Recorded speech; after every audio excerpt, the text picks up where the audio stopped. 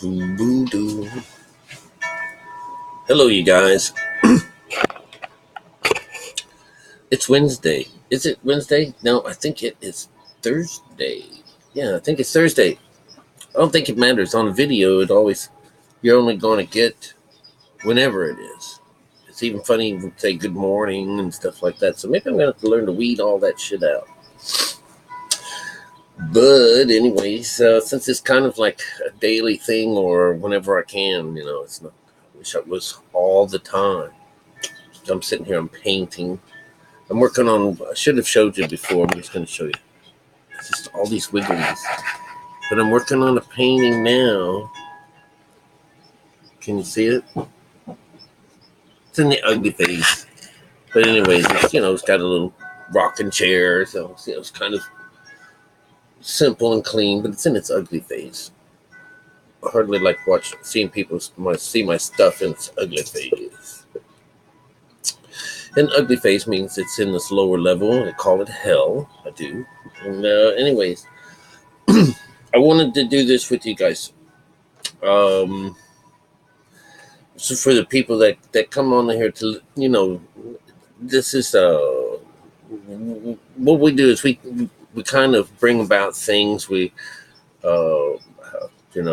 name is Rick Worth. I'm a local artist here in Key West, Florida. But I've been looking and seeking this truth about the Lord and God and religion and stuff like that. Has been on the back of my brain since I was a child, and I always was looking for an easier way to convey it. I went through times of just thinking that this is all just a bunch of bunk, but then what I got out of it was that I think, and this is when I was like 10 or 12, or younger. I said, it sounds like any one of us could be this people, that this is a story about us, so that was the beginning. And then just living life, going through things and, joining up with the whore of Babylon.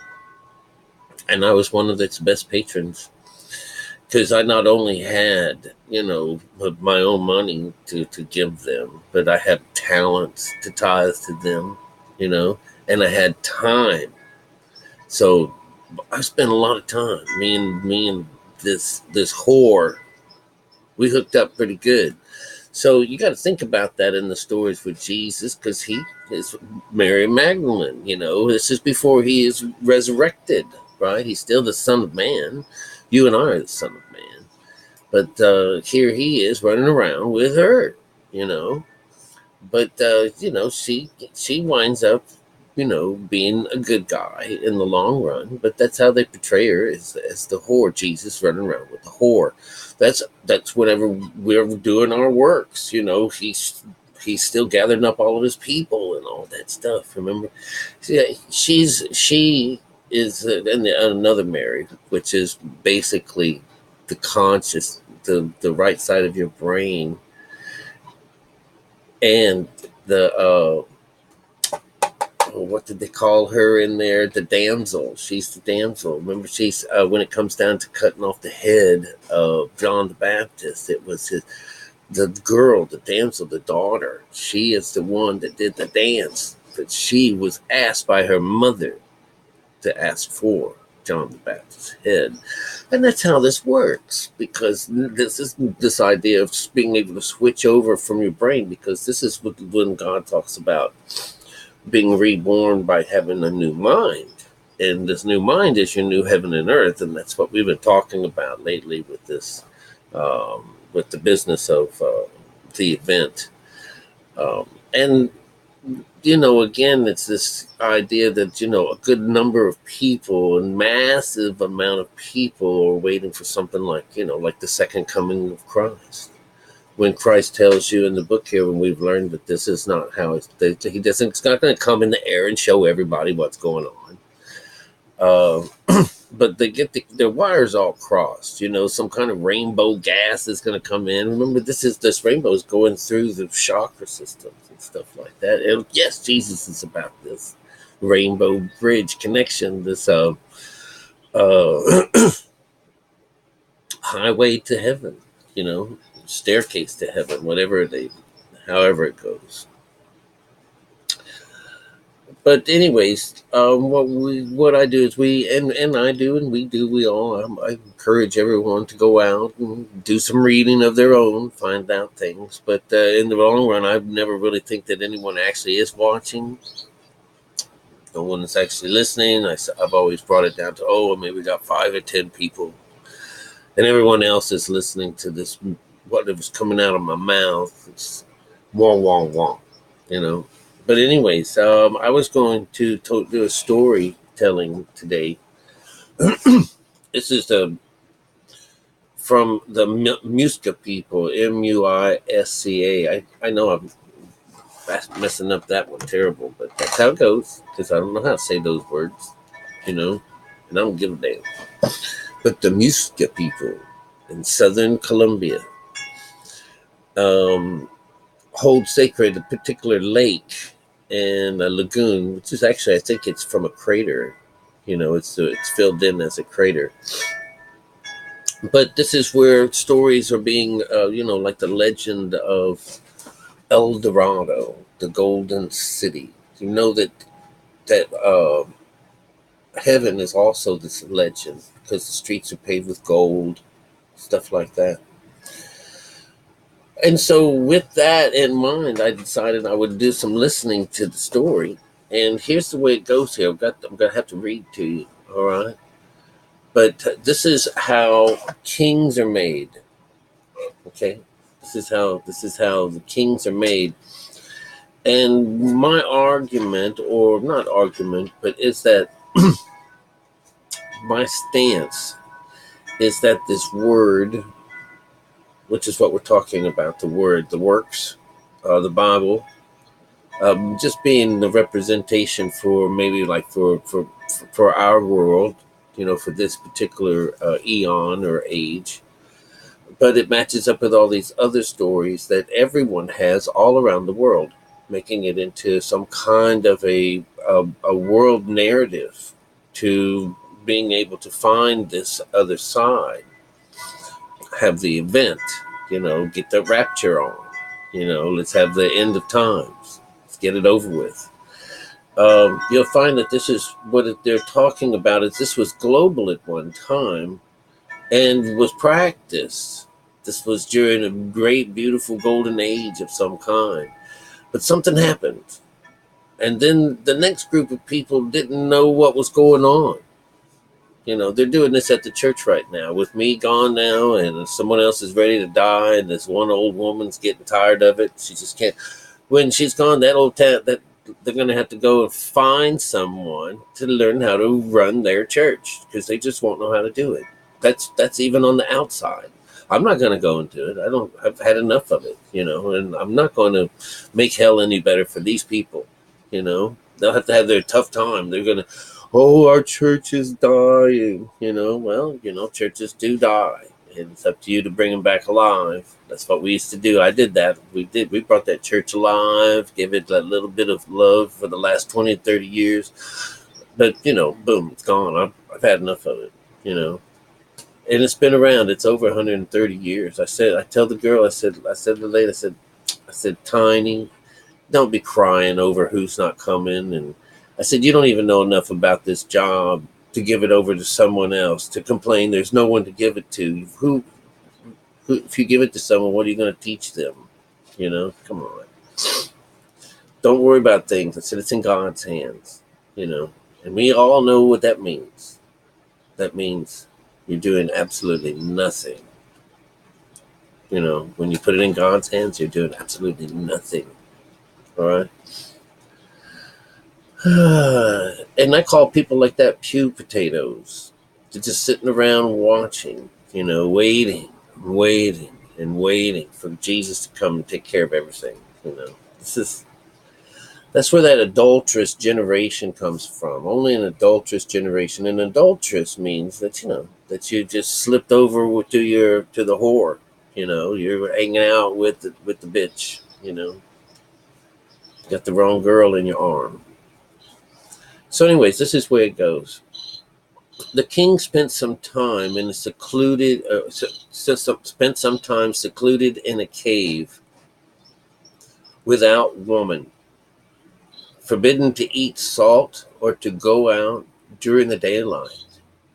The first part of the journey he had to make was to go to the great lagoon of Guadavita to make offerings and sacrifices to the demon which they worshipped. This is what it says, demon which they worshipped as their God and Lord. All right. The first phase of our journey is to go to this water, go to this well. That's the water, the second phase. So, in general, that means you're removing your garments. All right. So, during the ceremony, which took place at the lagoon, they made a raft of rushes and embellishing it with decorative things, the most attractive things that they could find. And at this time, they stripped their heir to his skin, anointed him with a sticky earth, which they placed gold dust, and completely covered him with this metal. They placed him on the raft, and at his feet they placed a great heap of gold, emeralds, and other things for him to offer to his God. When the raft reached the center of the lagoon, it's in the midst, they raised a banner as a signal for silence.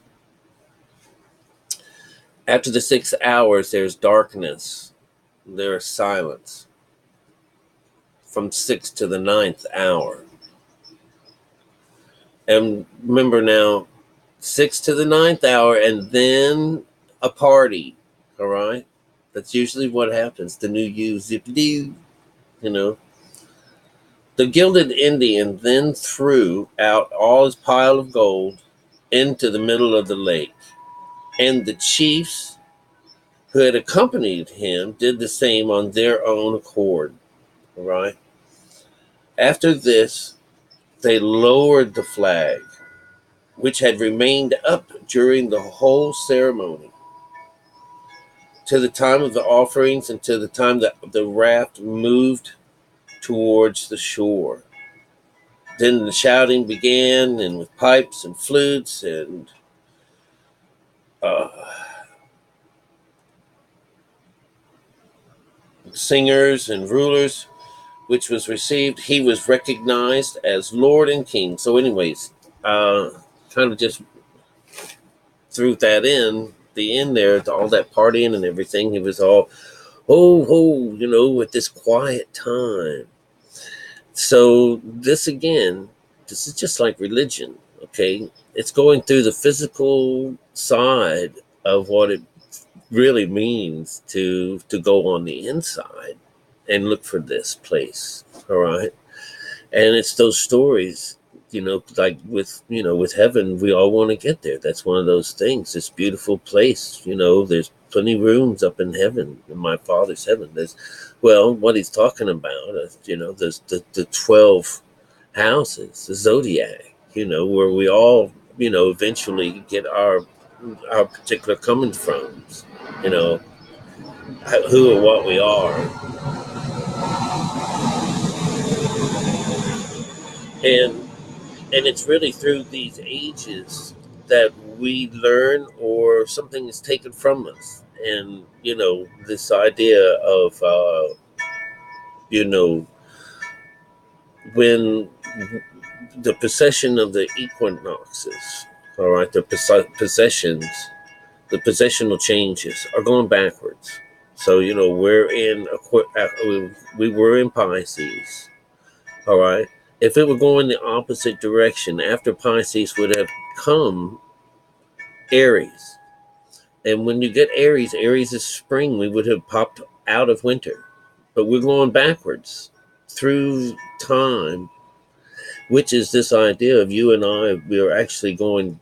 We're going. We're getting dumber, and even if the world thinks they're smarter, and this idea of this wave is going to bring everyone together at once, is not how it works. This wave comes through the new age. The new age. We are inspired and influenced by the sign that we're coming through. And so, I'll study up on most of what it means to be an Aquarian. But in our books, in the route of our science towards it, Aquarius is the first stage of consciousness, or second stage, that is, when you are born through water, because that's what it is. That's Ea, John, the water god. This is John the Baptist. And when the sun comes out, when the son is born, Jesus, when he is born in the book, we don't hear about him again until he runs into John the Baptist. And then from that point on, he goes and gets his people, and he becomes a son of God, and, and he's got the brethren, and then all this. This is the son going around, going through. And when he went through these things, he was going through them and getting what it takes to get through them, and all the way up to Leo, where he's, is illuminated. This is it. This was the end of the story. When it comes down to consciousness, that's the hottest time of the day, 3:00 in the morning, or 3:00 in the afternoon. So think about all of those. It's just so beautiful, the science behind it.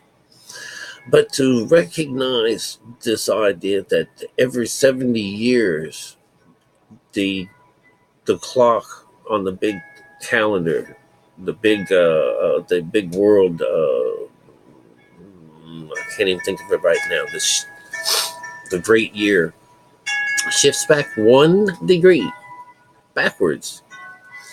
And so, we'll go through Aquarius. Aquarius is really the middle of winter, and the next one that we're going to be coming into is going to be Capricorn. And so Capricorn is the beginning. This is usually in just the opposite side, in the dark world. This is the dead of winter, and this is when Christ dies.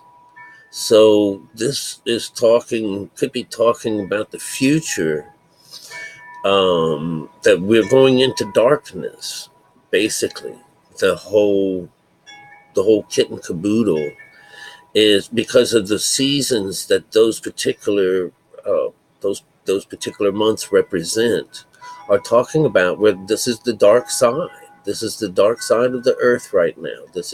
And we're going backwards into fall. And, we're going to start off as a virgin in these stories when it comes down to it, but this whole idea is we are being influenced by the age that we are going through, and it gives us these things. And I think I've already figured this out one time, that most of all of the stuff that we're learning about today came through the age of bull, through Taurus. This is where all of this stuff is coming from.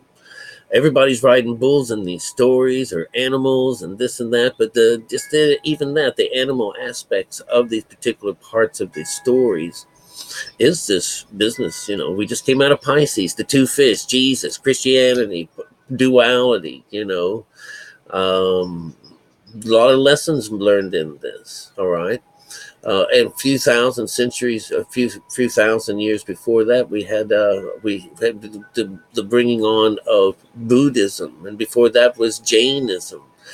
These are all coded stories. Every one of them are coded, even if they've come about through different ages, different time zones. Somehow or another, the stories are all still contained in the code, right?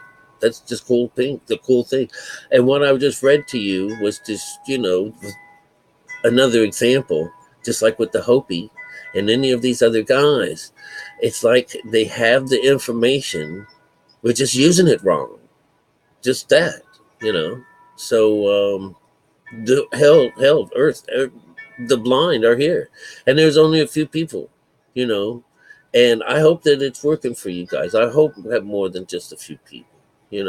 It's a pretty big earth out there. And, and certainly doesn't appreciate the truth, doesn't really want it, you know. Why we don't get any kind of heavy traffic here. It's not because, we're all nuts or anything like that. But it's just that, it's not appreciated. And it is the truth. We use the Bible to fortify our side and our belief system. And so, it's going to be hard to really, it's hard to go up against you and me right now. And it's just not so easy to pick us off as being fools when we can actually prove the system is working mechanically. And it takes it away from being, realism. It takes it away from just being an ordinary person writing a story. It really does.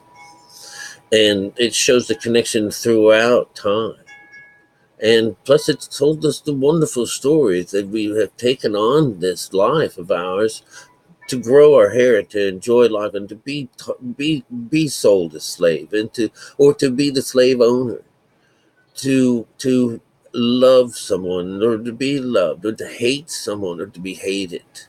You know, it's this taste of life on this planet that sets the soul, just it grows and it feeds the master or someone, I don't know, whoever it is. But the idea behind it all is that this place is meant to be your playground, and the playground is both good for you and bad for you. But both sides are teachers. And we have to even learn one day that, it's not so evil that it be, that the devil side of these things are evil. We know they can manifest some pretty mean and awful things. But the lessons that we learn from these things, or the contrast between hot and cold and soft and hard and stuff like that, these are embodied, revelations of this energy, this antagonistic energy that represents Earth conscious, the lower frequency, this mix of matter, what we see, and spirit, what you don't see. So, that's the way it goes. And a house divided against itself will fall. And so that's the fallen angels. When you're divided against yourself and you're not using your female sides, you don't even recognize it, never heard of her before, and it's too new age for you. Well, enjoy your poverty, right? Being poor, as rich as you are, as rich and as beautiful a person you're a poor motherfucker, right? Till you catch on, and it's really not that hard, right? It's a wonderful way of just setting free, It's a wonderful place to be. It really is. All right. I love you guys. I'll chat with you soon. Let's go looking for Eldorado, that city of gold, right? It's beautiful.